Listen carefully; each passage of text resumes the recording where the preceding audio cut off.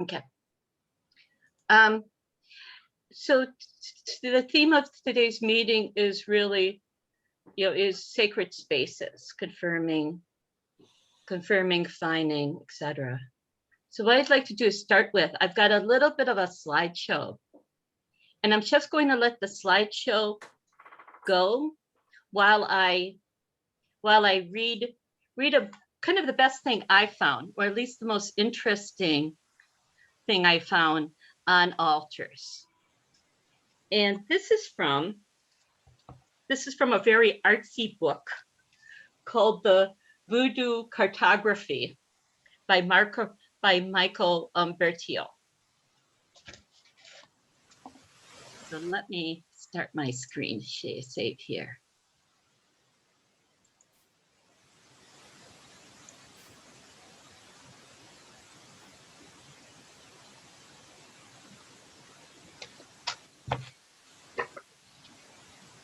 Okay.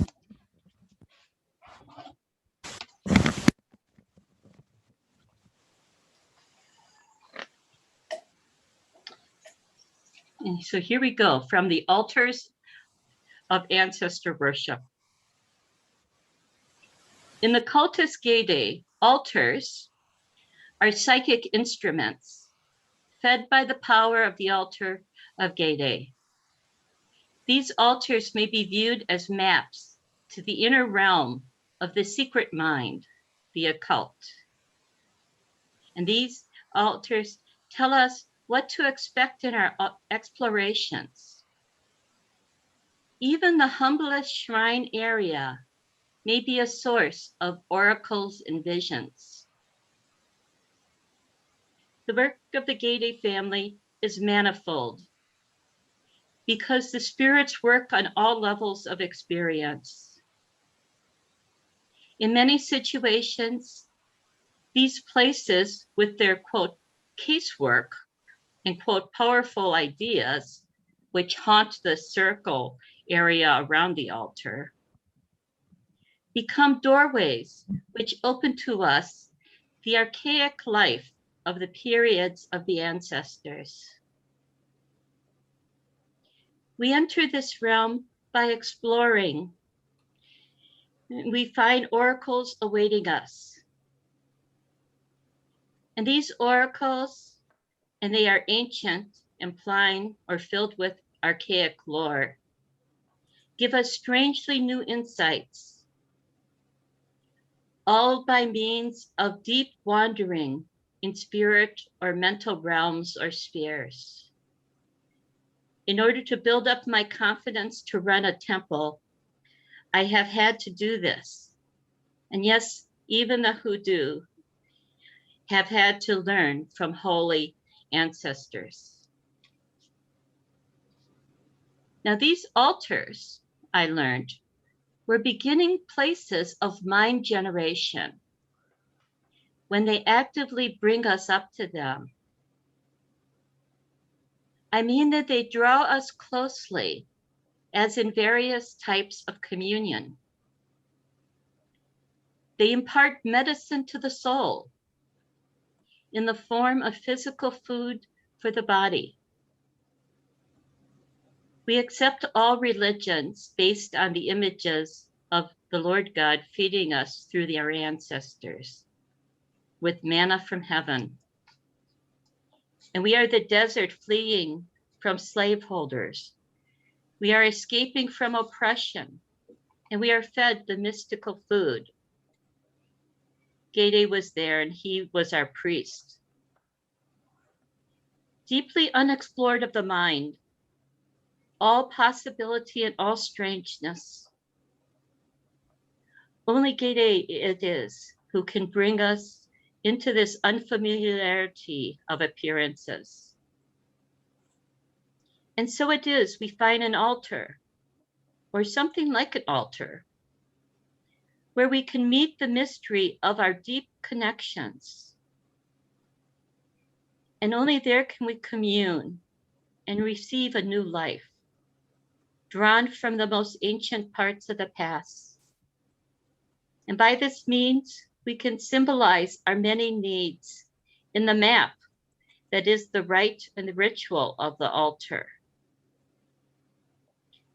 And where Gede guides us to freedom from bondage and into the new kingdom of Mizraim, drawn from the psychic markers and the many symbols.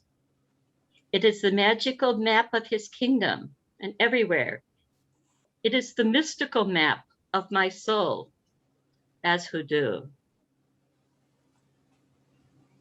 I asked Hector if the altars of Gede were alive, and he replied as a Haizoist, having a cosmological bent. He said that if we suppose the fact of many types of lives, both what we see and the unseen, the invisible, and the super mystical, then altars, in fact, all altars are alive. And they are more alive than he was and all of us in the seance room. He said that they were the best seen as the living in the deep regions of the mind, which voodoo as a psychology can open up in ritual manifestations. And these can be especially erotic or sometimes filled with raw as a dance mamba. But that is only that we are entering or invading the id. So it seems to shock us and drive us away. Seen during analysis, each component of this rite is a symbol of terrific psychism. Sexuality provides us with symbols of the unconscious mind. And sex magic, a given system of mystic languages. Saturn is shown to unite Shiva with Set. These altars are living helpers, open for us a mind of the universe. The ritual designs are maps of power, existing in layers of unconscious. Altars having resident or guardian loa or spirits. Altars as houses of spirits or places of rest are healing agents, working to guide us, to guide the souls of devotees to deeper relationship. And the altars are fixed symbols rooted in earth and rock of how we may move in spirit communion or closeness. Like ancient lighthouses, they show us the way of the mind of the divine, and they keep us safe from the perils which may await us on the route to the realm. I asked Hector if altars were magic radios, and his reply was, why not? Let altars be the way of bringing knowledge. Gede altars, fed by the powers of Mizraim, are wholly the way we make contact with the spirits of the holy ancestors. It is not that they are there in the altar by some means, yet too they are present in that way, and they are in contact in the way of connecting with them when we come to the altar, because the special forces of voodoo are in the altar. It is not so much the outer associations of the altars I'm referring to, but now I'm referring to the inner life of the altar, how it connects it with, because it is one with the reality of ancient power. It connects to history and to the past in a way that we can understand, but only symbolize by the ritual life of language. It connects to the history, and thusly our mind is within another time system. And it is time as past, and those things which are past, at least in one way, and at one point in history. And yet that is past now is given in the present or current moment. I say this telepathy only because the energy is close to some descriptions of energy. Others call it intuition. Is it a form of intuition when we know that something is indeed in the past, yet as it is given, it is the given and now? So this altar, because of my intuition of Gede, is both away in time and yet now and here in time, because it is there with the divine.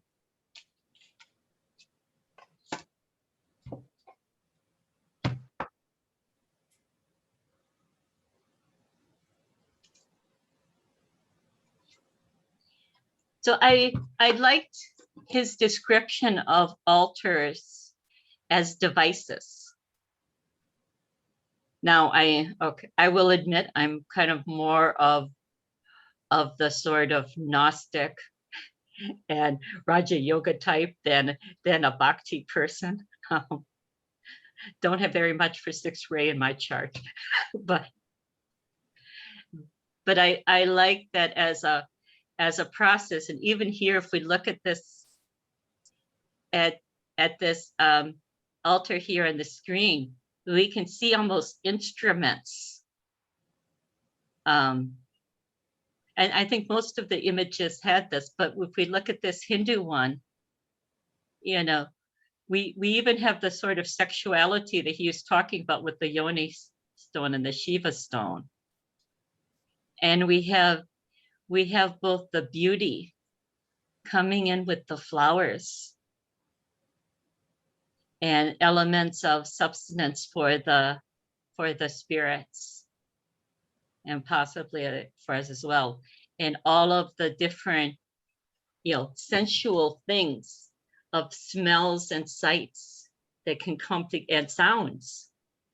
I think there's a bells around here someplace, that come together in an altar space.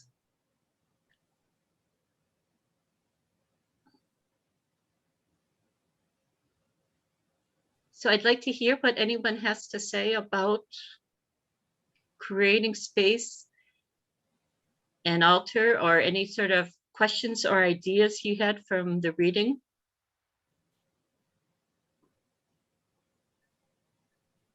I think Bertio, probably most people aren't really where, he talks, his background is from the Haitian voodoo, and with a lot of kind of modern twists to it. So when he talks about the Gede, that's a family of Loa being spirits, or kind of a demigod. We would say in Gnosticism, we would say almost archons. That he works with a lot. I think, Pam, for me, one of the interesting, some of those pictures were from my altars. Yes. So I'm someone for whom altars are really important, and there's a kind of a number of them around my house. And for me, I think they symbolize my spiritual goals and aspirations. So they are ways of externalizing. That number 5 is one of mine. Here's one of yours too. Yeah, that's probably my main altar at home. It's in my room, it's next to me. So that altar is interesting. I'll describe it briefly. So on it, you'll see there's a cup, there's a wand. On the right hand side, as you're looking at it, there's a ritual knife, and the stone at the back is a pentacle. So those are the kind of elemental weapons, if you like, from kind of hermetic or ritual magical practice. And that's just where I meditate every day. So it's kind of it's a way of me, when I'm sitting in front of that altar, the things that I've placed on there align me to my spiritual aspirations. So for example, there's Sophia on the left, and there's a form of Shiva on the right. Just things like that. And so there are things that have been important on my spiritual journey, and then I keep them there as reminders, and yeah, ways of bringing me back to what's important. Yeah, feel free to ask me about any of the stuff that's on any of the stuff. Steve, snakes, Steve. There's snakes on there. Is that Yeah, right? they are snakes. They are indeed. They're glass snakes that a friend of mine made for me in America. She's a glass artist, and she made the little heart that's in the middle of my mala there.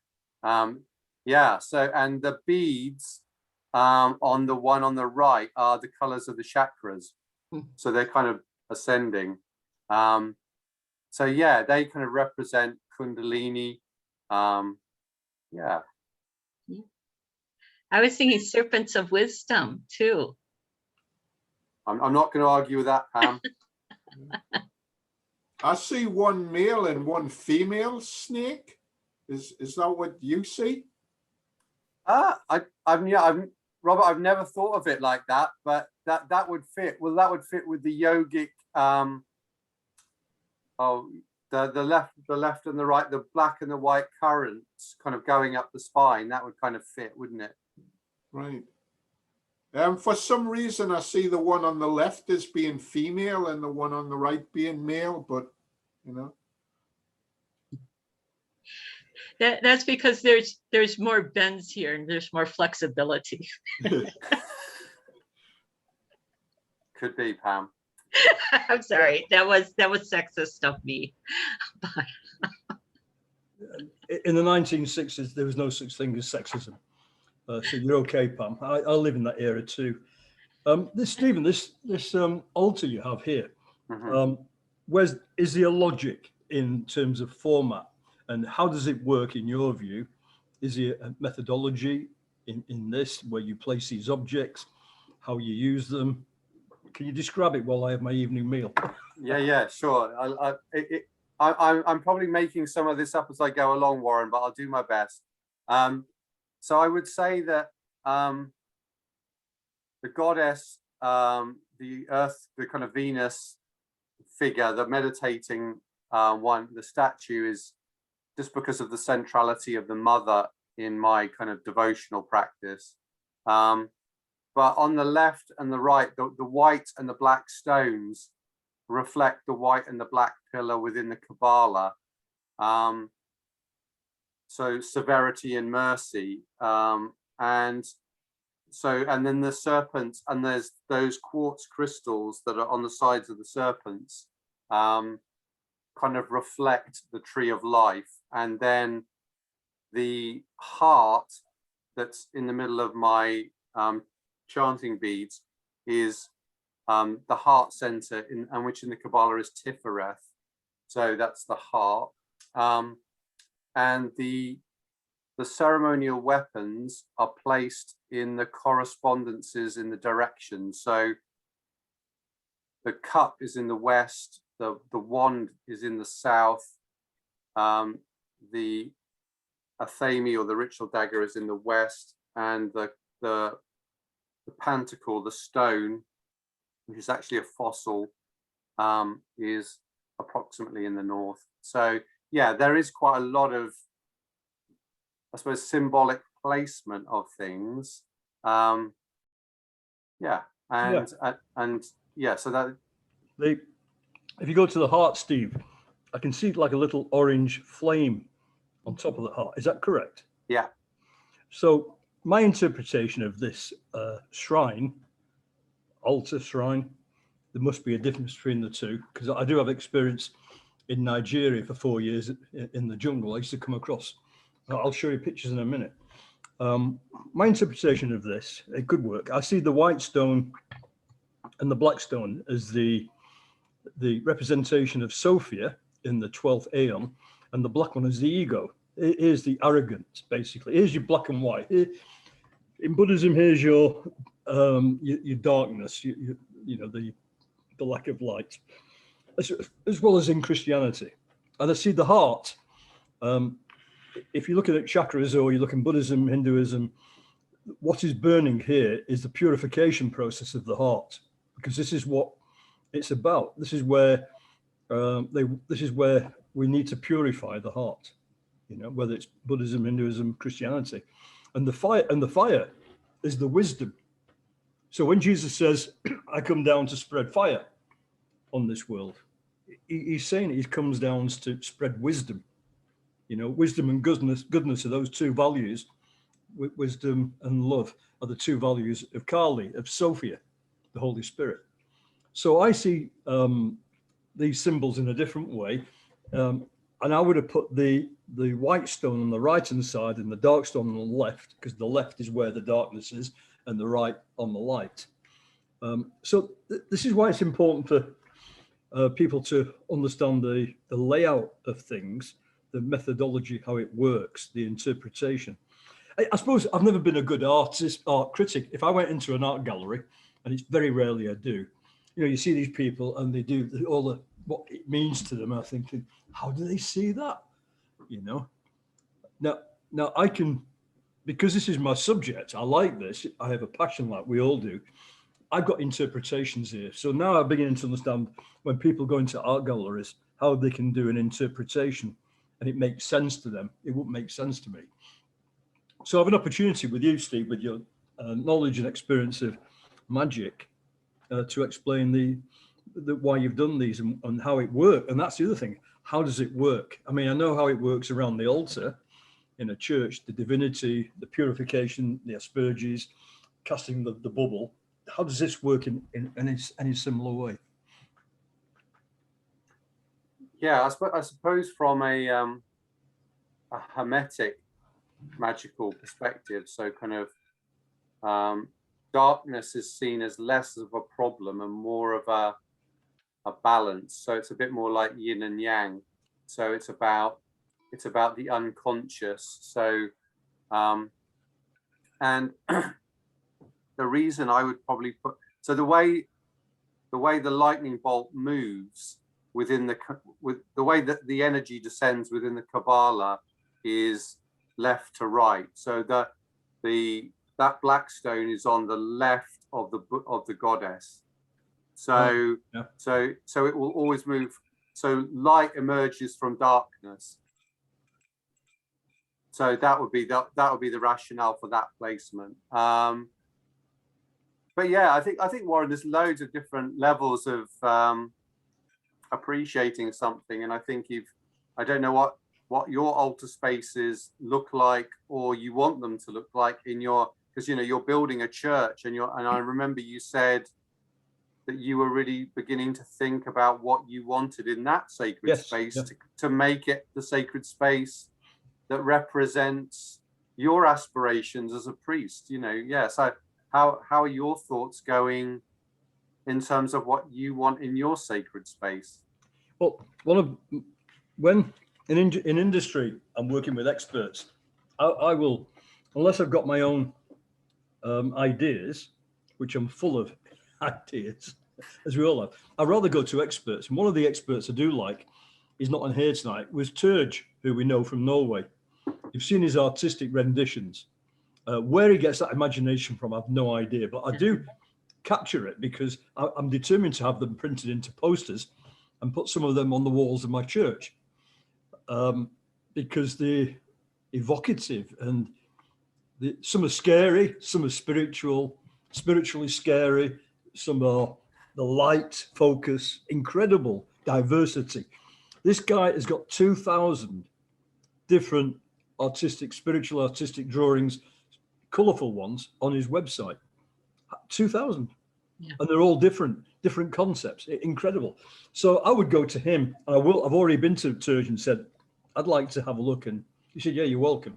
So I'd come to you, Steve, Pamela. I tap into all of you for inspiration and see where I would use it. Because to me, Gnosticism is not just about, it's about everything, isn't it? It's about finding the truth wherever you can find it with spiritual material and interpretation. And the fascinating thing is, if you can do it experientially, like where I see this, your altar, Steve, is that book that Pamela recommended, the Manichaean book. And it's because Pamela, I bought it because one thing that Pamela said, in there's a hidden sacrament ritual. So I think I found it, Pamela. It's a ritual to do with food, a food ritual. And I'm not really fond of food. I try to fast. I've got a weakness for chocolate, but I can imagine this table, what you've laid out now, Stephen, based on this Manichaean food ritual, which gives you salvation. But you see, it's understanding all the background behind it. Why does it do that? So you've got a whole variety of objects here, and they mean something to you, and you've chosen them. And if we can learn from you and Pamela and everybody else, Robert, who spent many years in China, this is the magic, really, how we can use these. It's just like in engineering. How do I use this tool, this simulation program? I will go to an expert. And this is why I'm inquisitive with what you've done here. I think it's very good. But I just like, it's like squeezing a sponge to get more and more information out of it. That's what I'm trying to do with you, you know. Robert, I'm sure you've got some questions on this because of your experiences in the far flung. Well, I'd say I really like Isolde, and you know, it's not too cluttered, and yeah, I mean, it really works for me, and I kind of see that there's a left side and a right side, you know, or the male side and a female side. I don't really have any questions though, but I mean, I do like it. Dina, I'd like to ask you, I'm not being the chairman here, but I'm sure I remember you saying something about your background, and I thought this may have some echoes for you that you can reveal to us. Yeah, I sense the beauty from it. There's a feminine quality to it. For the altar, I sense a very strong feminine presence, but there's also this very subtle masculine, firm presence that's there as well. That's hidden. I feel like the masculine is really hidden, but there's the this essence of darkness, but darkness is not what it is. And the dagger, I don't know, is it a dagger? Actually, well, it's pretending to be. It's actually a letter opener, but there's a little secret, like the secret in Warren's Manichaean book. There's a little secret to it. So the secret is that the form of Shiva that's on the right hand side is called Ardhanarisvara, and it's a dual form of Shiva and his consort Parvati, and they're in an androgyny. So it's it kind of represents alchemy, but it also represents the male and the female together. And the figure that's on the end of the dagger, I don't know if you can see it, but it's actually Joan of Arc. So Joan of Arc is on the end of that left. I'll go and get it. Hang on.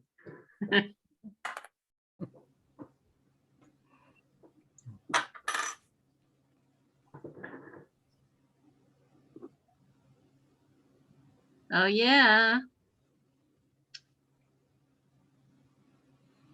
So Steve, can you do this? I mean, I know Gnosticism is a mixture of it's a mixture of knowledge that we try to assimilate and make a model for ourselves about, you know, what the truth is. So there's the little flamey heart.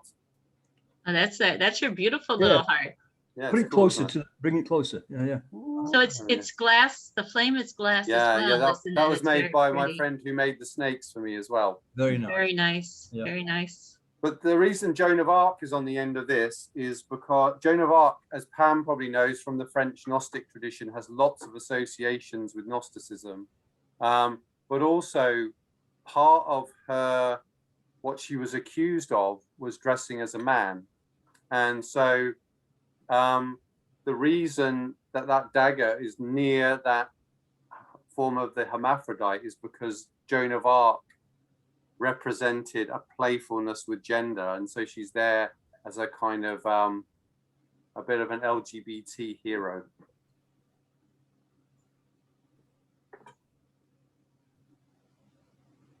Yeah. If you, Pamela, if you allow me to share something with Sure, you. I can do that. Okay. Let me stop my share and I will let you share here. Wait, let me hold on a minute. Multiple. There you could go. Okay, now you should be able to request sharing. Right. Share screen. Yeah. Okay. Right. This is. Wait, we're not there yet. Oh, we're not there yet. We're there we are. There we are. Can you see? Yep, now we can see it. Now, this is not a picture of me when I'm angry. Okay. But what I wanted to go down and show you is, here we are. This is me in Nigeria in 1978. And what you find in that jungle behind you there, behind me, I'm going down the River Niger near a place called Port Harcourt. And I was there for 4 years. So you see things like this. You will see juju shrines. And there would be dolls, mirrors against the trees. And they would surround certain villages to keep out the juju. And one of the ways you appease the juju to the witch doctor, and the villages would have witch doctors. And they tend to be in their 80s, and they tend to have 3 wives. I don't know how they do that. And 3 wives, I'm sure it would kill them before 80 years old anyway. But you'd appease the juju by paying money to the witch doctor, and that money would go to help the village. And I could never make out when I used to walk through certain parts of the jungle. I come across these. I had my driver with me, Stephen. He was a local guy, and it would worry him about the juju, but it never worried me. I was curious because the diversity you see, and that's Africa. The juju, they black magic, and they believe in it, but at the same time they believe in the Father, Son, and the Holy Ghost. They'll tell you they believe in that, but they also believe in this, and they're worried about this, And in fact, when I was leaving Nigeria, I had a problem with. I was managing for Gulf Oil, and there was an American guy came over, and he was a bit of a nasty character. I'd been there by then 4 years, and he came over. I had a problem with him, and my driver said to me, would I like to resolve this issue with this guy? I can't remember his name now. I said, how do you mean, Stephen? He said, well, if you pay, I think it was something like 100 naira, which is a pound, this man will become your best friend. I thought, well, that's an interesting way. And you never have any more problems again. If you pay 200 naira, he will become ill, and you will never see him again. And if you pay 500 naira, this man will die.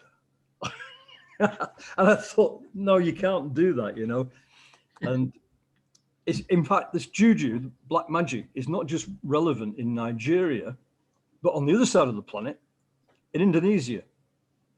And, these shrines, that one I just showed you now was a juju shrine. And here, I was in the South China Sea. I worked in Singapore, Indonesia, and these are little islands. Basically, this island here was uninhabited. And we're developing, in fact, where I'm standing now is an airport. I saw it recently. But here, on this Natuna Island, I saw juju being done, exorcisms. And this is a rather strange story. This is our hut where we stayed. It's above the ground because of snakes. And it's only a small island called Natuna in the South China Sea. And I woke up at 5 o'clock and I heard banging going on. And we all looked underneath that building. And there was one of the security guards was smashing the toilets. This is at 5 o'clock in the morning. And we dragged him out from underneath there. Why are you smashing the toilets? My wife and my child fell down the toilet and someone's flushed them down the toilet. I don't know whether it's been on Wacky Backy or whatever, but this is his story. So he was trying to smash the toilets and get his wife and children out of the toilet S-bend. Incredible. And apparently, the circle I've shown you there's a tree behind there. You can see it's dead, a dead tree. I'm just wondering if I can zoom in. You see that dead tree? Mm-hmm. Well, apparently that security guard had urinated on the tree And they believe in Indonesia that evil spirits possess dead trees. And what it done, it gone through his urine into his body and possessed him. So later that day, just to the right hand side of that building, we did an exorcism. Well, they did an exorcism on this guy because basically he was going mad. Now, whether that's true or not, or whether this guy was a good actor, and I'll tell you why. He was on the island for 2 months without a break, and he lived in Jakarta, maybe 800 miles away, and he wanted to see his family. And I suspect he put on a very good act about being possessed, because that's what they did. They sent him back to his family. So it's what you want to believe. And so that's the juju and shrines in Nigeria and Indonesia. So there you go. Stop share. Warren, I'm digressing a little here, but I lived in Gabon for 3 years, and the local area was, it had its chief, and he had something like 21 wives. So there was actually a little village which was just made up of his wives. Yeah. And what had happened was 2 of them died on the same day. And he went into mourning for a whole year. And it was the end of the year, and then a couple of our guys must have met up with his daughter, and she invited him to the celebration for the end of the year. So we all went down to his, to this village for that. But, and I think he was a fair age, I guess he must have been in his 60s or whatever, when I met him. But if you look at the Chinese emperors, I think one of them lived to be 58. And that was a real exception. They all died in their 30s and their 40s. Why? Why did they die so young, Robert? I guess it would be like, say, sexual exhaustion or something on those lines, if you With believe in that 21 sort wives, of thing. Yeah. Oh boy. Do other people make use of altars in their kind of meditation practice, or is that something that other people use, or is it new territory? For me, Steve, it would be, but I'd like, when Robert's finished, can you tell us how you use that altar? Robert, go ahead. Well, sorry, I was just going to say, I think every religion that I've come across, they've got altars. Yeah. I mean, it's a kind of focal point, I mean, it might be telling a story as well, but there's always that area of focus. Yeah, when I try to, some of the pictures here, maybe I should just walk through what some of these pictures are. I tried to pull together a bunch from both in my personal collection and then just some additional things from the web. So this is a rather natural one. This is Sand Creed Holy Well in Cornwall. I've been there. It's great. It's a wonderful place. Yeah, the trees are wonderful there too in this little grove, and you can actually go down. Pamela? Where is it? Where is it? Sand Creed in Cornwall. Oh, in Cornwall, right? Yeah. So you could actually go down there into the well. What, Robert? Yeah, can you just explain what the ribbons mean?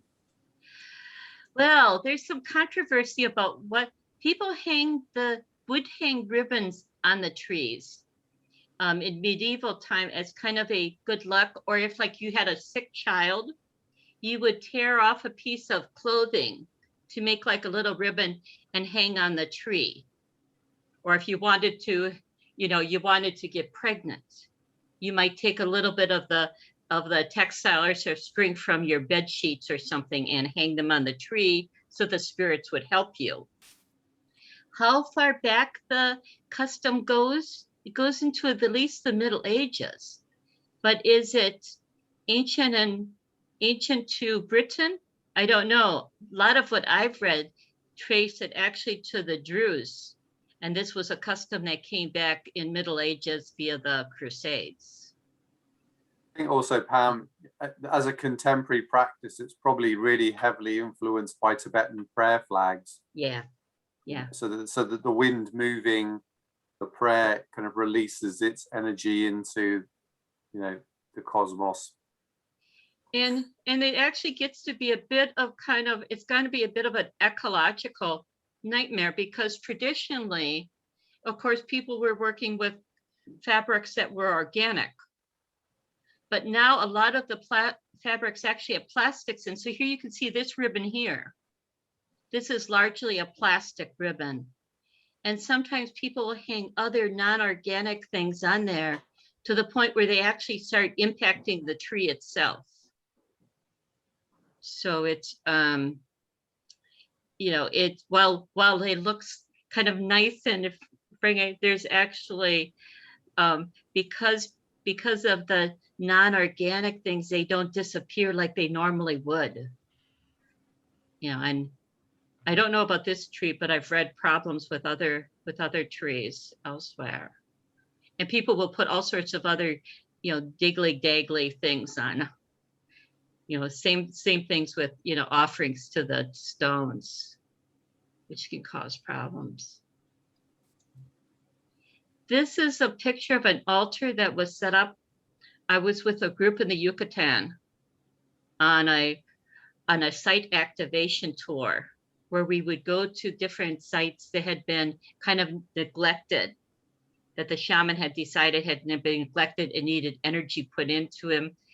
And part of this was a whole working with crystal skulls.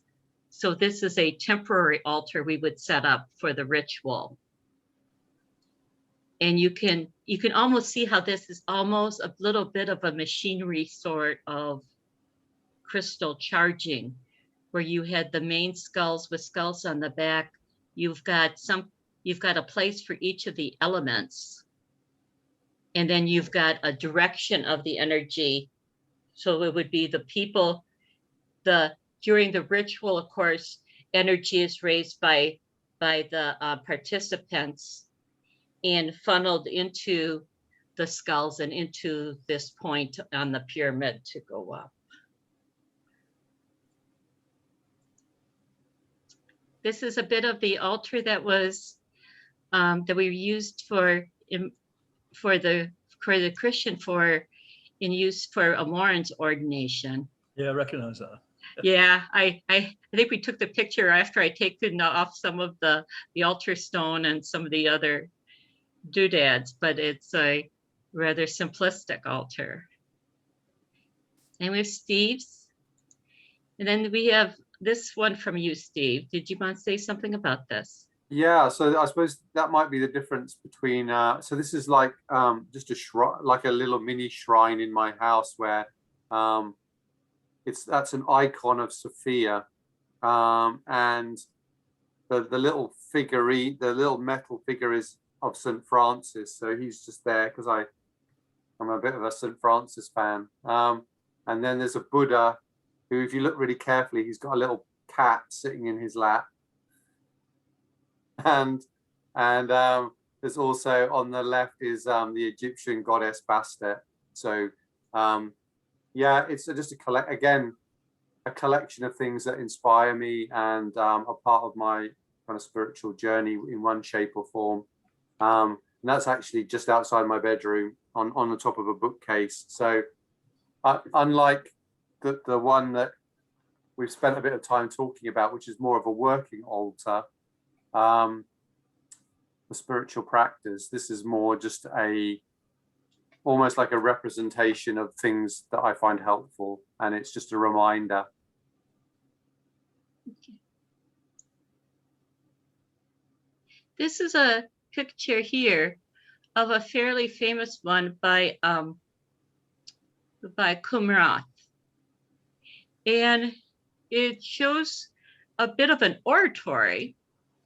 And of course, there's the magic, the chemical logo, Ora Labora, of pray and work. And I put this because it shows the three parts of kind of what, in my mind, I live in a 2-bedroom flat, and most everything happens in my lounge area. So in my in my imaginal world, I've got some of this going on in my lounge often, where I've got little sections of prayer area for his, and he has it there for his oratory. Then on the other end is the laboratory, his alchemical work and projects and artwork, and then just a general auditorium of both music and play and conversation with people. The idea of we were talking about shrines and altars. An oratory is another word that relates to just having a sacred space within your own home where you can go for practice, for contemplation, for reading. And oratories are as simple as a small little shrine or setting something up as elaborate with a lot of magical work. This is one I pulled off the web simply because it popped up, and it has kind of a little bit of everything, but we can also see the elements here of air. Very eclectic modern altar.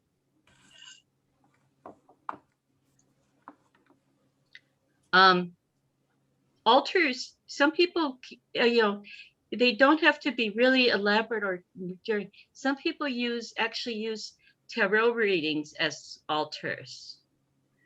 And in the Garrett Knight books, he talks about setting up your day and just having a blank table where you do your tarot reading for the day, if you're working with tarot. And then just, if it's a good reading, leave it in place. If it's a negative reading that you don't really want to affirm that reality, you change it around. But then you leave it in place as kind of a magical working tool for that particular day or timeline. So tarot itself becomes an altar or a machine. This is one I pulled off the web again, but we can see the element of food there. And when Warren was talking about the Manichaean of liberating the light particles via food and eating, and the communion of participating with deity as both giving an offering and then participating in that offering, and kind of as a communion. Is there not more food on the first shelf? Those big letters, are they not sort of? I think, yeah, I think that's bread. Yeah. Now, I'm not quite sure what it spells out there because it looks like an ACT and then a 0 and maybe alpha and omega. I don't know, with a tau in the middle. I'm not sure. But it's quite a spread here. And we've got some archangels, little angels sitting all over here, blessing the food. And it kind of makes you want to go in there and sneak a cookie or something. Here's a traditional from a Greek Orthodox church, very glitzy and over the top. And compared to the very organicness of this Day of the Dead altar from Mexico. And here's the Hindu one we were looking at earlier. And a little roadside one to Our Lady of Guadalupe.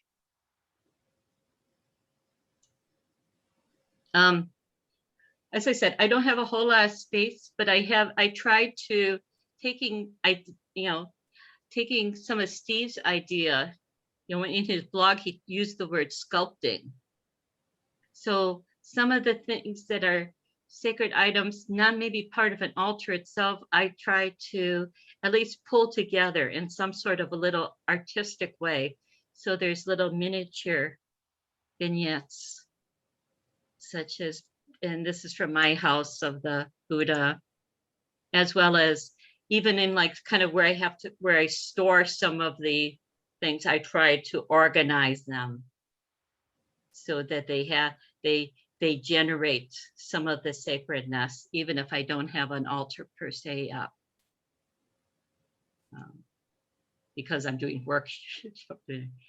And here again, just a little bit more, just kind of creating little sacred space. Now, in the new age, in neo-pagan world of dating, here is an image that my daughter's latest love interest sent her of his altar. Of course, she was questioning why he hadn't lit his candle like that, or who he was trying to tie up that way. But you can see here a little bit of the whole. So of course, my daughter calls me, "Mommy, what should we think about him? This is his altar."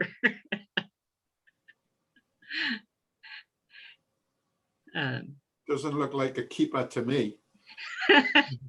Well, yeah, there's the burnt candles. I said, like, the candles are done. Get them off the altar.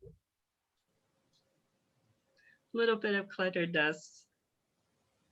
I want to share one thing as we were talking here, that I also wanted to share. For if you're in a place where space is really limited, or if you're living in temporary spaces.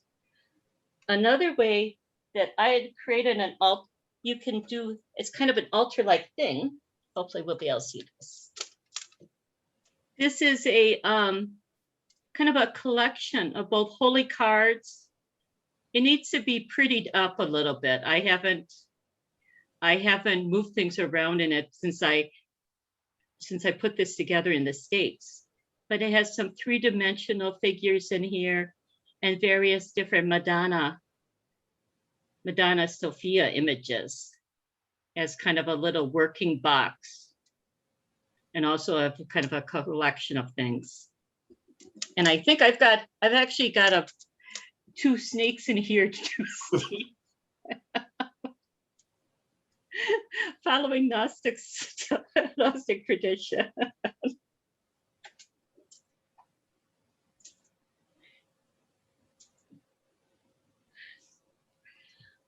So that's kind of the run through of what I pulled together here for a collection of things. And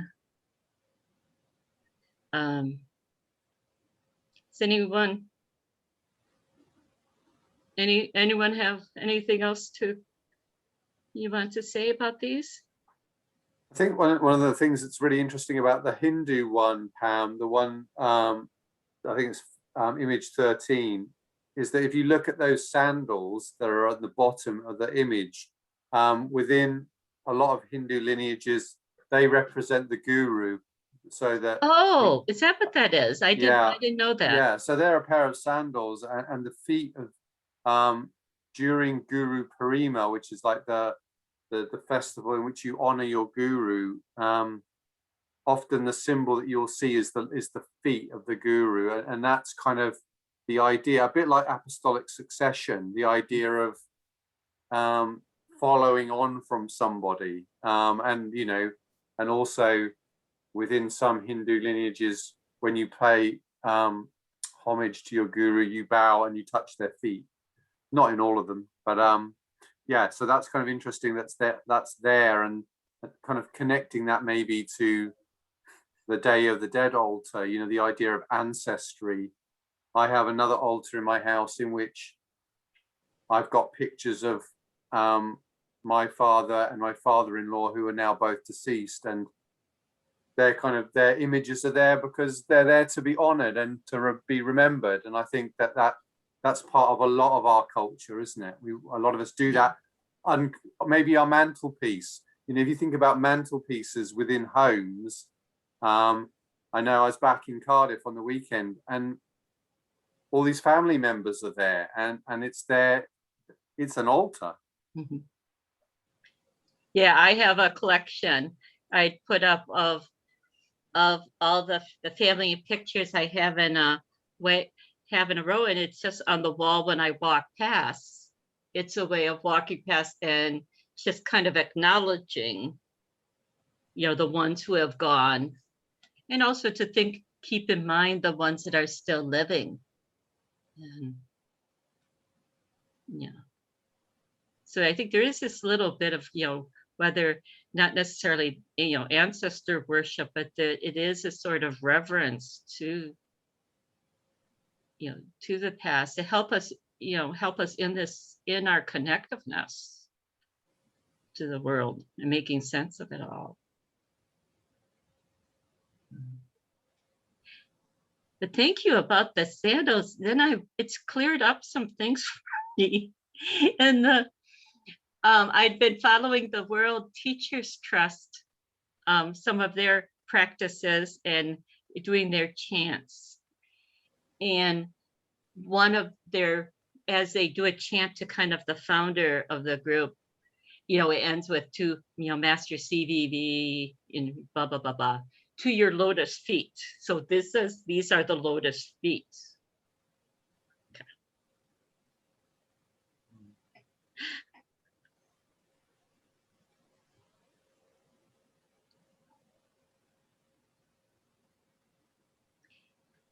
Julie, you're looking kind of interested, either that or you're running Sudoku on a separate screen.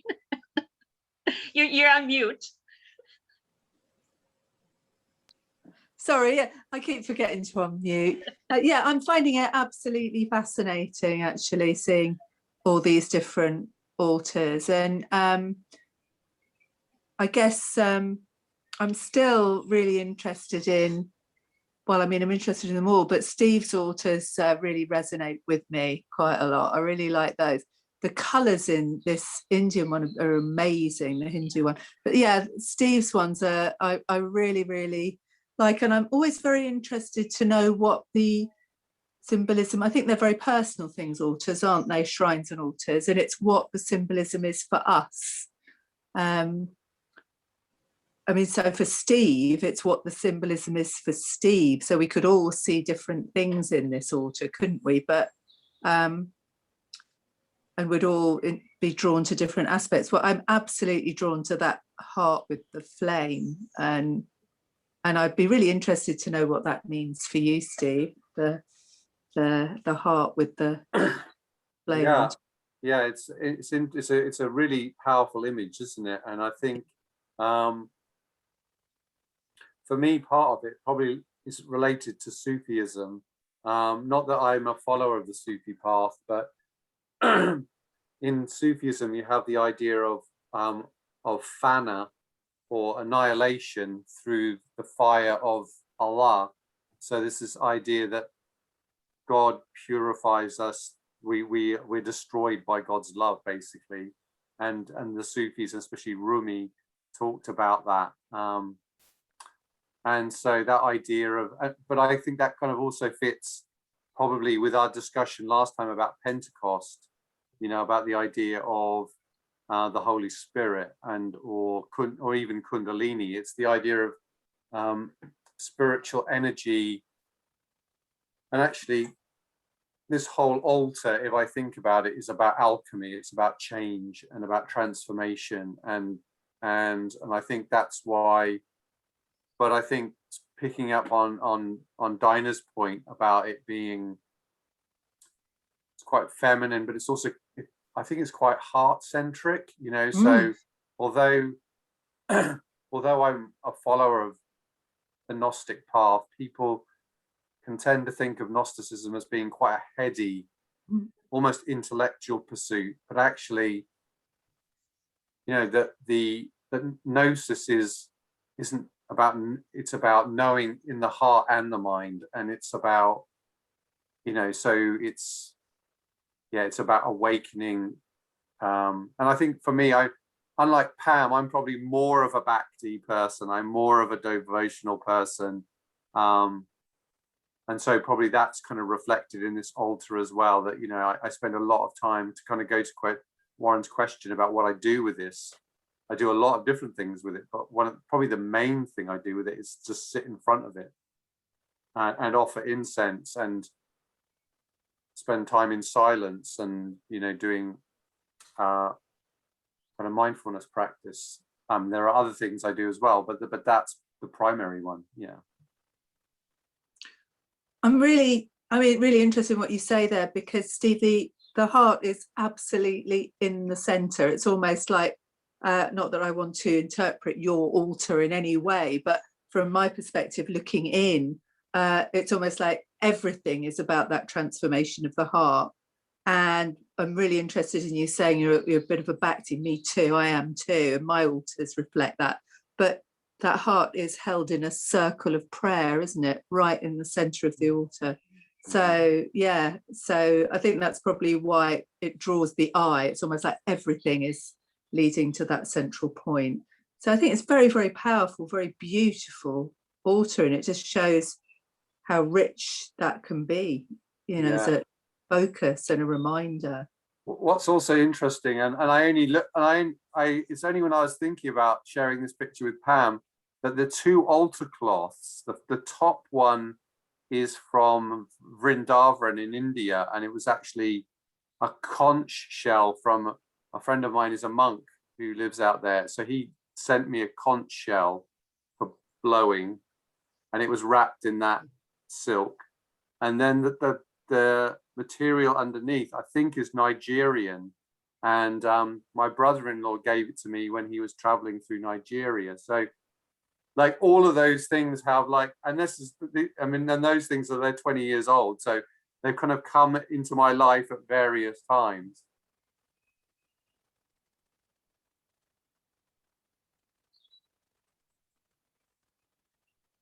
Do you find that you move that one thing I've noticed about people in their altars is that there'll be people who kind of set up their altars and they kind of keep them there in that way, you know, so that they become kind of a very sort of a very stable radiating.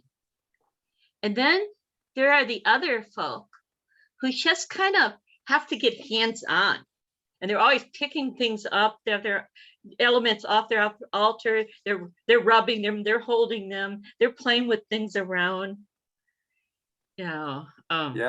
So I think in that piece of writing that I shared, in my work practice as a family therapist, I would often get people to depict their family structure in a sculpt. So I'd ask them to place different items from a box of trinkets and buttons and shells, and they would represent maybe their dad with something and their mum, and they would lay out their family system in a sculpt.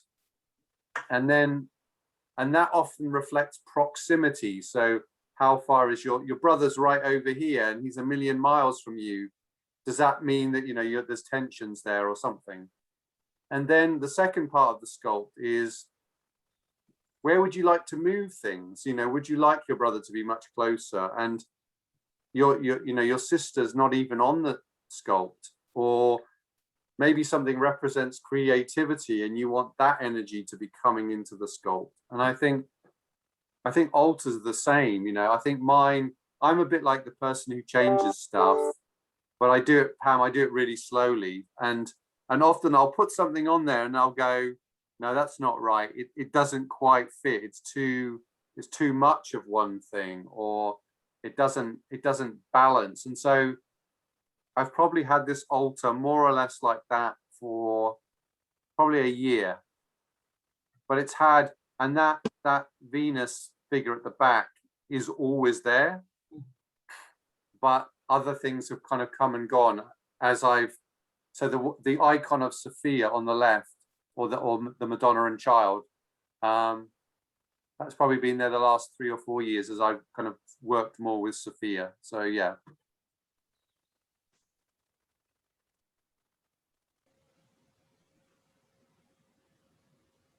Yeah, good. The dark flat object on the left, is that for burning joss sticks? Robert, it's for hitting the disrespectful inquirer. No, it's definitely for burning joss sticks on. But yeah, so it's really yeah for that. But the stone on the back right, as I'm looking at it, is an interest that represents the element of earth, and it's got various things carved on it. But on the back of it, it's a trilobite. So it's from Penarth in South Wales. My mum found it for me. So all these things are quite precious, really. What, 200 million years old or something? Yeah.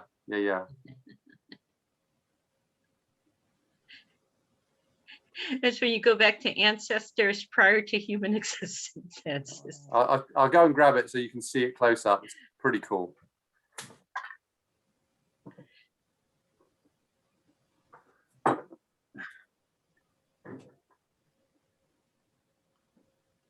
So I don't know if you can see this. I'll hold it up, but Oh yeah. but yeah, you can see that there's various things that I carved into this stone.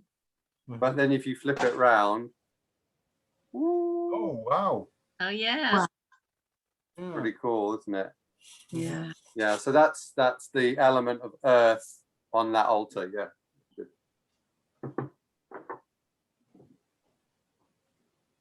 Very good. Very good.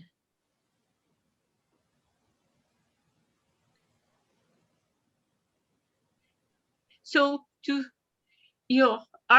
are there rules for altars? Rules with quotes, since we're Gnostic.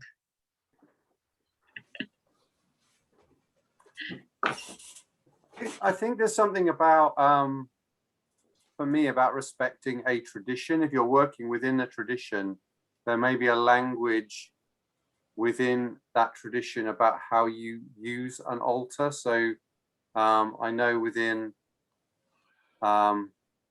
so traditional Hindu puja would be carried out in a specific way, and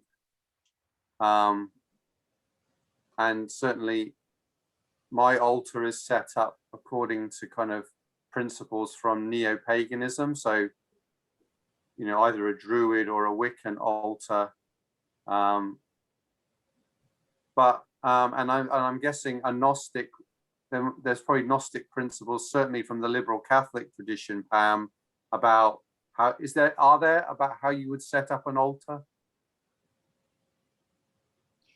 Well, I think it depends on what you're doing. Certainly the Gnostic church altars follow the same as all the other Christian high church altars. The main difference is in some of the liberal Catholics, they utilize the 7 rays, both with, in the liberal Catholic, they will use, instead of using let me back up a minute.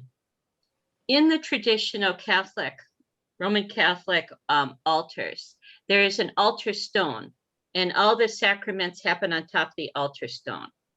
Now, within that altar stone, there's always a relic buried within the stone itself, even if it's a portable stone or if it's a fixed altar.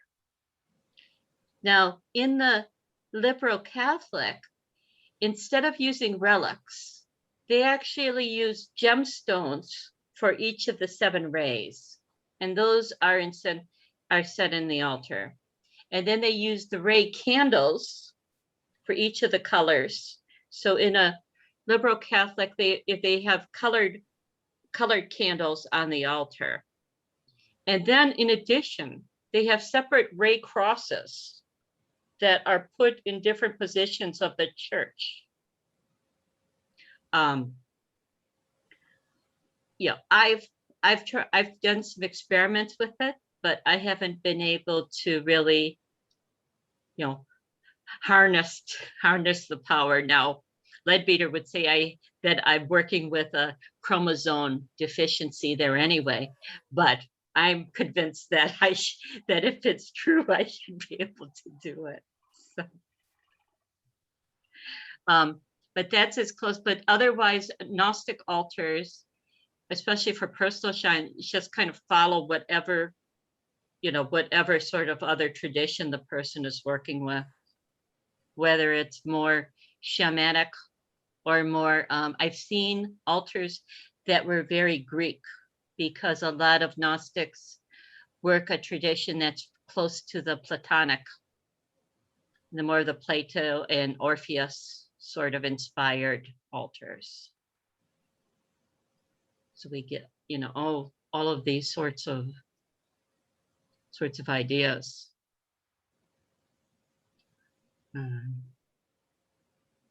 See. Yeah, and I think when you look at the history of neo-paganism, whether it's Wicca or Druidry or even Hermetic magic, a lot of them are very, very derivative from Freemasonry, Pam. So, you know, a lot of the ideas about the black and the white and the placement of things is very kind of derived from kind of Masonic ritual. Yeah, and that was a sort of altar I as we were going through things, I thought, oh, I should have put a picture of a Masonic altar, which is something we could use too. The Masonic altar itself, yeah, in some Masonic traditions, it actually should be on a triangular table. But if that's often not possible, but it usually consists of the Bible and 3 candles that are either on the table or off the table, depending upon safety requirements and size. And then, of course, incense is there, and then the Bible. Then on top of the Bible is usually the compass, the square and the compass. And then if Memphis, Mizraim, you'd also have a ruler across the, and so you open the Bible. The Bible is open to whatever whatever degree you're starting in. So most of the time it's open to 1 John, but it can vary depending if you're starting in another degree. And that's also another tradition that people use, is that an altar can be as simple as having, you know, an open sacred book, or just even you know, written out on a piece of paper of something you want to stick in your mind, the same way that we will put, like, you know, you'll put your favorite affirmation, you know, on your bulletin board outside work, or the one about the affirmation about weight loss on the fridge, you know, and these, and even like, and, you know, so refrigerators, you know, think about it, but the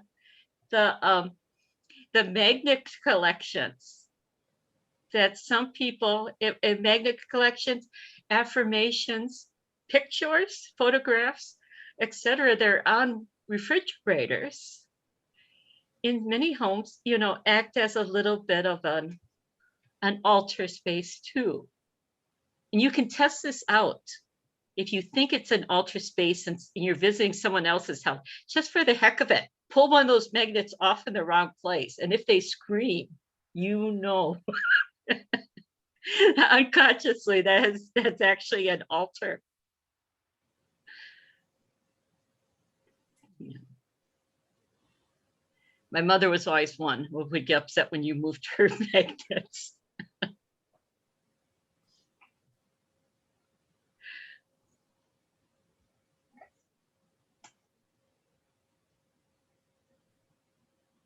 So I just, yeah, this particular image here, this is one I've been thinking about a lot lately.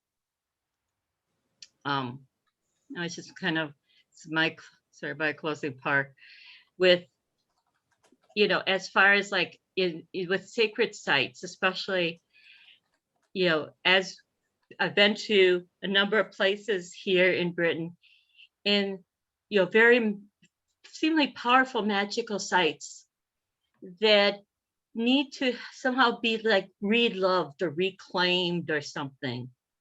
And that was the purpose of these sorts of rituals, of kind of going back at these places, and not just being there and taking in the beauty or taking in the atmosphere, but actually try to connect to the spirits in some other sort of a powerful way. Pamela, are those crystal skulls very expensive? It depends what you get. You can get the small ones are not very expensive, and they're fairly easily had, but some of these were reported to be quite old.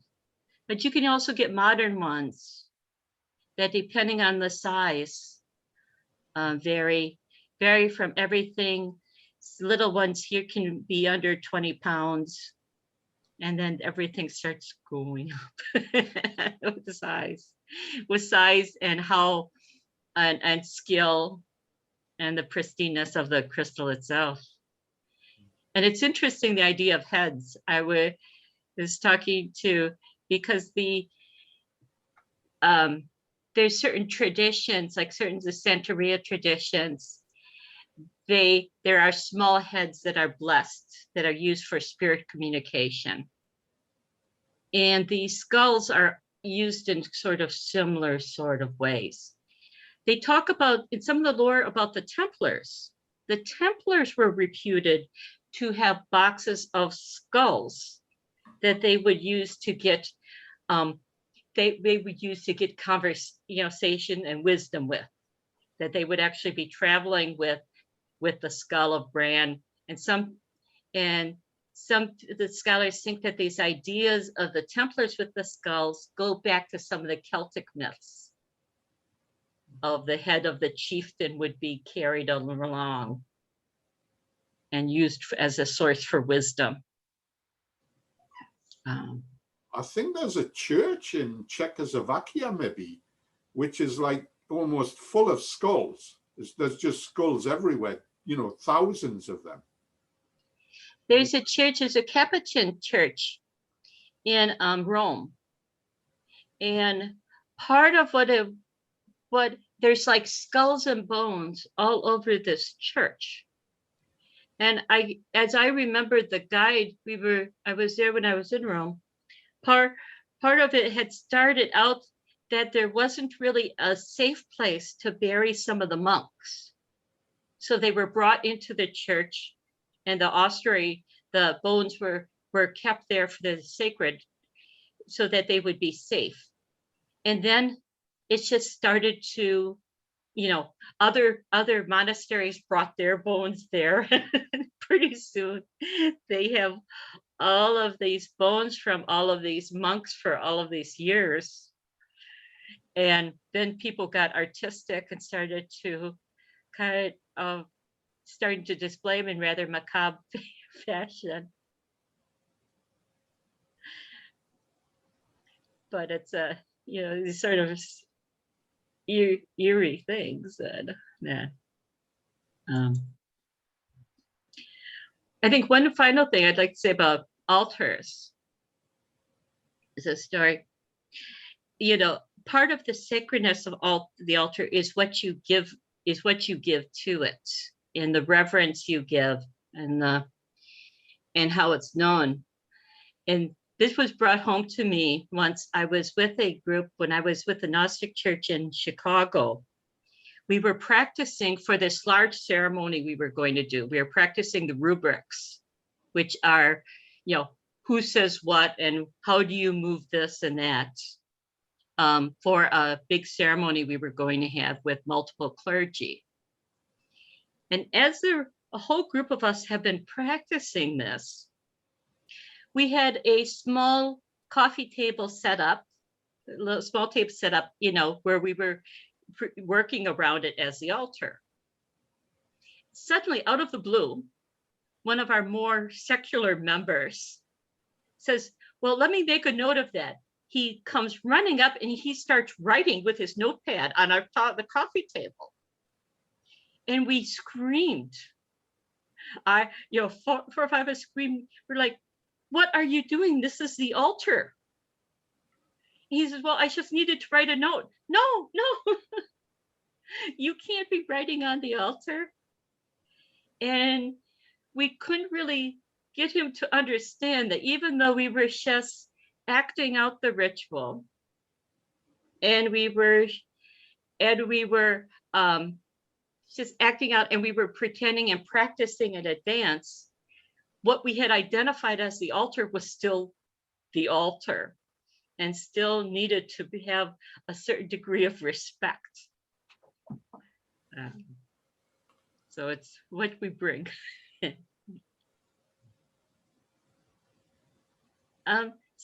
Anyone else have anything where they'd like to share? Questions for?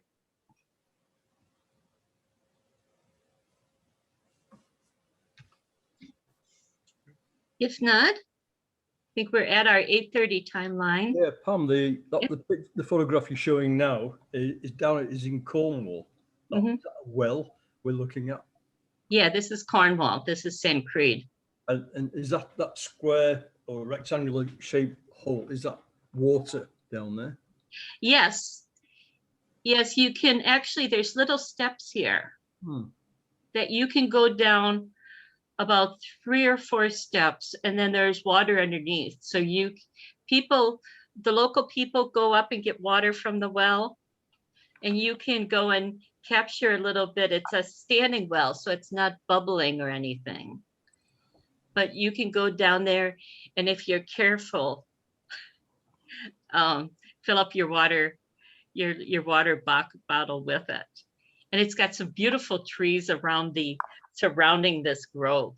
It's a very magical place. Yeah, I've got friends who live in St. Creed, and there's quite a community of shamanic type people who've moved there specifically because of that well.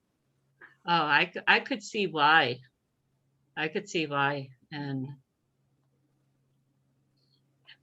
my daughter, when she had been through about 2 trips to England and just was not really getting the whole sort of organic thing. And then when I took her to St. Creed, it was like all of a sudden the veils open, and she was like, oh, I see now why you love this place. I understand what some of this magic, some of this earth mystery stuff here is all about.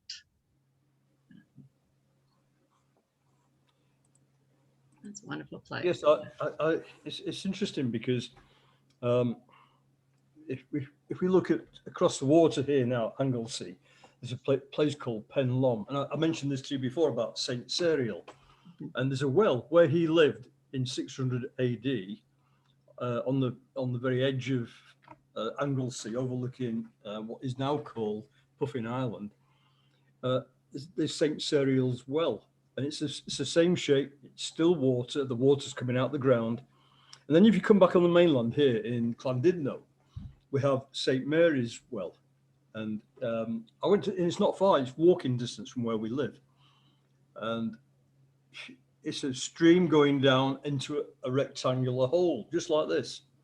So maybe I need to see more wells. Apparently there's 400 wells like this in North Wales. Yeah. These wells are named after saints. All these monks used to use the water. We've got the Menai Straits here.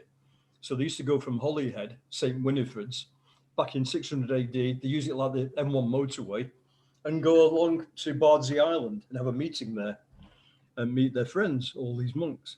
And around here, they used to go overland as well. These 400 wells, and I'm assuming they're all the same shape, and maybe there's a reason for that. Maybe it's just a structural reason why you would reinforce the side of the structure. But these aspect ratios, maybe they mean something.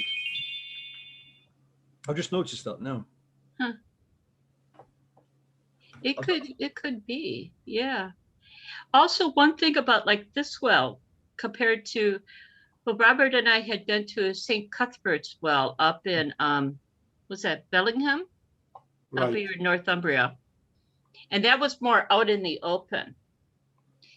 And I've been to ones in Hereford that are out in the open. But this one, I think one thing is that you start entering the underworld. That in order to get at the water, you enter the underworld and you start going down. Yeah. So it's a very, it puts you in a separate, almost you're in sort of a sacred shamanic starting place in order to experience it. And I think that's open and so important. And like, and it's not just, and who knows how far this stuff goes back. In the writings of Plato, they talk about the nymphs would be in the cave underground. And the nymphs are part of this whole sort of cycle pomp of possibly conducting you to other worlds or to enlighten you of what your soul purpose and other mysteries are. So these cave things. I'm going to head out, folks. Okay, we'll let you go, Steve. I think we're at our time, man. Yeah. Oh, here we are. Pamela, if you let me share the screen, I'll show you a very, I'll show you this quick photograph here. So it's St. Cyril's well. I've just found it now. Okay. It's on WhatsApp, which is there. Can you see my WhatsApp screen? Yep. So this is the well. Oh. Okay. Oh, that's quite a structure. Oh, yeah, because next to it, to the left, is like the foundations, which were sort of what's left of the semicircular plan of the building, what he lived in, more like an igloo, I would imagine. Huh. And it's about, I would say about 4 meters in diameter. But when you go down this little path here, this is a seating area you can see as you enter the structure. And I can go zoom in there.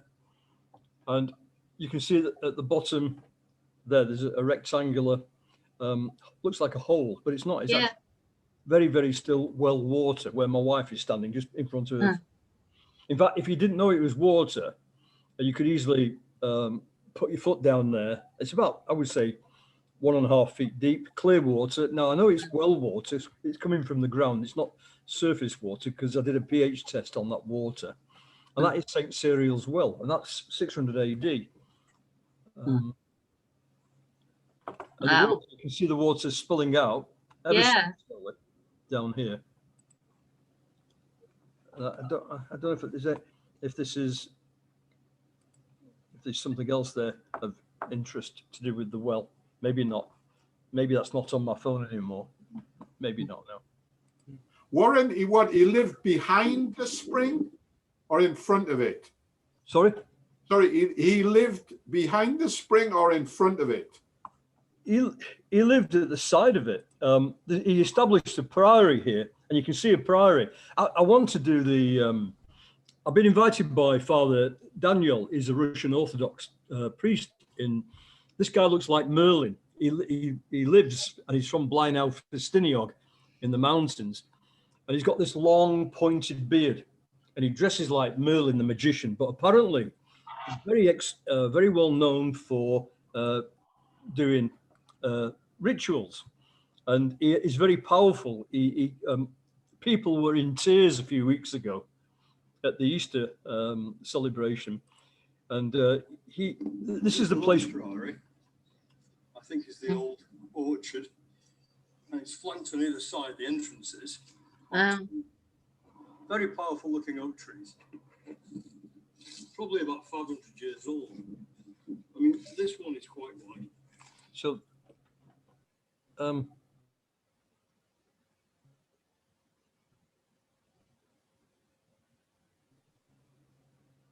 no, change. No. Well, that's the island there. That's Puffin Island where he went to live.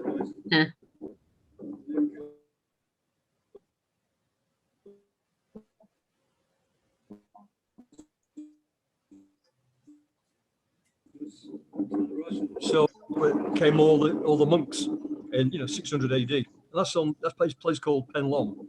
In the, okay, I'll close that down now. I'll just throw something in here, Warren, that these sacred wells are where you get a water supply being crossed by a female energy line. Ah. So there must be a hell of a lot of energy lines in Wales. Well, this was so religious, this place in the 60s. In fact, on a Sunday, there was no pubs open, no shops open. There were petrol stations open. And if people in Wales wanted to have a drink in a pub, they would come across the border to England. And because of the cultural changes, that's not the case anymore, which is a shame, really, because it is a very holy place. You can feel it in the hills.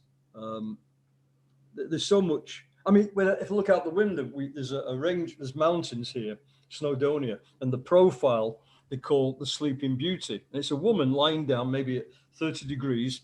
And you can see the forehead, the nose, and the mouth, and the chin, and the bust, and it goes down to her waist. And then the legs are in a long skirt, and it goes down into the water. And then if you go on the Great Orme, Llandudno, it's a peninsula, there's a mine there, which is a copper mine. Now, this is interesting because a tin and copper mine, this goes back 4,000 years, this copper and tin, and they know this because they've been trading down the Mediterranean with other traders in Persia and Greece, and they found the artifacts there from these countries contain copper and tin from Llandudno. Now, the theory is about Jesus with his uncle of Joseph of Arimathea. He was a trader and he was well off, and he would go everywhere. And the Muslims reckon Jesus was the biggest traveler going. So, the hymn, did Jesus walk in these green hills? So there's possibility he went to Glastonbury, but I wouldn't be surprised he came here because this is where they did all the trading for tin. And on the top of the Great Orme behind me is it's a place called, an old chapel called St. Tidno. This is how Llandudno gets its name, from the St. Tidno. St. Tidno was around here the same time as most of these monks. This is before Christianity split. So we're looking at 600 AD when that was the form of Christianity. And he lived in... Sorry, Warren, you're talking about Celtic Christianity now? Yes, like they came where you live, on Lindisfarne. You must have known all these people. There must have been a meetup place, something like a McDonald's in 600 AD where they all go for a cup of coffee, a cup of tea, because they all knew each other. Yeah, yeah, I think from what I've read of it, it starts out around, in the area of Round Wales is some of the earliest Christianity, that because Wales wasn't impacted by the Anglo-Saxon invasions to the same degree. And then it goes up into St. Ninian, who's up near Whithorn in Scotland. And then they go across via the rivers. And I don't know if it was Colombo. I think it was Colombo. Colombo goes across into the northeast. And after that, we get St. Aidan and Cuthbert and all of those guys. But it starts in Wales and it cuts across through the Riverland, because there's documents of like Columba coming across to the northeast there. But yeah, it's a fascinating things. And one of the other things that I always found real interesting was when you start reading about some of these, about like St. Columba and St. Ninian, they talk about that they're practicing the order of St. Martin. Now you can't find, it's very sketchy of finding information about the order of St. Martin, but it seems to be St. Martin of Tours, whose order was a very flat, very egalitarian sort of Christianity. And St. Martin was known to be teaching other people how to, everybody how to bless and to heal, and that this was this wasn't something that belonged to the priests, it belonged to everyone. So it's a very sort of generous sort of of Christianity, very much the Celtic Christianity. And Saint Martin of Tours he's comes out as being one of the supporters of Priscilla of Avila when he was accused of heresy for reading unapproved books. And of course you get, and Pelagius gets into this whole stuff, and Pelagius being also a part of with the Christian, the Celtic Christian version of Christianity, as of course Pelagius is and Saint Martin of Tours are around the same time as Saint Augustine. So they're all in the whole sort of hoodoo that in the very early ages are like separating out this egalitarian Celtic Christianity from the very hierarchical, structural Roman pagan stuff that that gets imposed on Christian practice. And fascinating stuff. I love that stuff. I think you'd love to be around here, because the priests who are around here, and I see one or two. There's a guy called Gareth. Well, same with Daniel. They're both indigenous Welsh priests. They both speak Welsh. They do all the blessings in Welsh. They mix their services in Welsh and English and Russian, for example. That's interesting. But these guys, they've got some knowledge which people come here to see them, to share this knowledge. And there was a lady priest came to see Father Daniel a couple of weeks ago from the south of England. And my wife was talking to her, why did she come here? She said, because Father Daniel is so well known amongst the priests. He has the ability to, we talk about the altar, we talk about shrines, how to use these. But this particular priest, you feel the power. He is definitely a conduit for this power, but he knows how to create it. He knows how to, like Leadbeater, when you read Leadbeater, he's telling you the science behind it.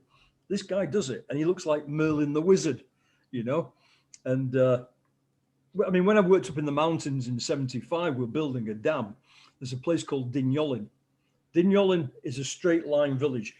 The Lord who built that built 28 pubs in 1.5 miles on one side of the road. Now, Dignolin's right up in the mountains near Clanberis. And the legend has it that King Arthur, because he was around here, he buried his jewels up there on the banks of Macklin Mower. Macklin Mower is a mountain, is a lake up in the mountains. And before we were building the dam up there, we had 3 days to prepare for the dam. So I got a JCB up there. I said to this JCB driver, start digging. We need to look for the jewels of King Arthur. Now, we never found them, but anyway, it was worth a go. But all that is so historical. And one of these priests, he was based there, and he's such a nicely spoken guy. He gave a blessing to my wife, Tanya, all in Welsh, and she loved it. Didn't understand the word, but you got the feel. You got the feel that meant something. Father Daniel is the same way. And in fact, if we can do this, he invited me to go around to see all these churches in the area to do with the saints. And what I will do when I go around there, I'll take my movie camera and I'll make a film and put it on WhatsApp, and then we can all share it, Yeah. Be wonderful. It will be good. There's a really, I don't know about the western part of Wales, but there's this wonderful book on the Celtic sites, early Christian Celtic sites of like the eastern parts of Wales, around Radnorshire. Can't pronounce. But it's a wonderful little guidebook, and I'll share with the group at one point, that talks about how really ancient, and I don't think people realize how ancient the churches are in Wales, and how far back many of them go. And it's easy to find some of these where they have the the circular churchyards, which had actually come up from the stone circles themselves. So it's a wonderful, magical place. Yeah. So,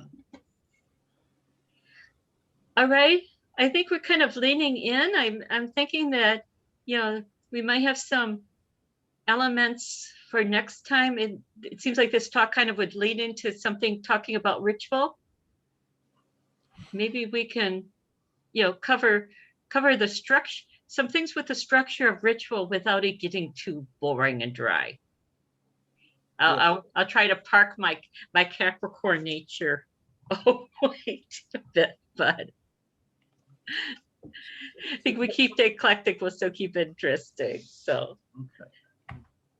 Thank you very much for welcoming me. I've really, really, really enjoyed tonight. It's been an absolute pleasure. And I'm now I'm looking at my rather static, slightly dusty altar. And I'm gonna add some stuff and pour some more energy into it. So thanks everybody. Thank you for joining us. Yeah, Julie.